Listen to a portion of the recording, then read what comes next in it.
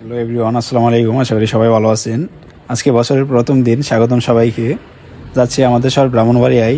যেতে যেতে ভাবলাম রাস্তার একটা ভিডিও করে দিই। বিশেষ করে আমাদের ব্রাহ্মণবাড়িয়ার রাস্তাঘাটগুলো কিন্তু অনেক অনেক বেশি ভাঙাচোরা ছিল সময়ের পরিবর্তনে। যাই হোক, হয়তো দেরিতে হইতেছে, বাট সংস্কার করা হচ্ছে, তাতে আলহামদুলিল্লাহ হচ্ছে। যে বিশেষ করে এই যে সামনের জায়গাটা, ব্রাহ্মণবাড়িয়া মেডিকেল কলেজ হাসপাতাল বা গাঠোরা মোড়, বিশেষ করে ব্রাহ্মণবাড়িয়ার মানুষজন এই জায়গাটাকে অনেক বেশি চিনে। এক, এই হসপিটাল থাকার কারণ, আর দ্বিতীয়ত এই হসপিটালের সামনে অনেক অনেক বেশি যানজট হতো আর প্রচণ্ড ধুলাবালি ছিল, যার কারণে মানে মানুষের একেবারে বেশি পরিচিত হয়ে গেছিল এই জায়গাটা।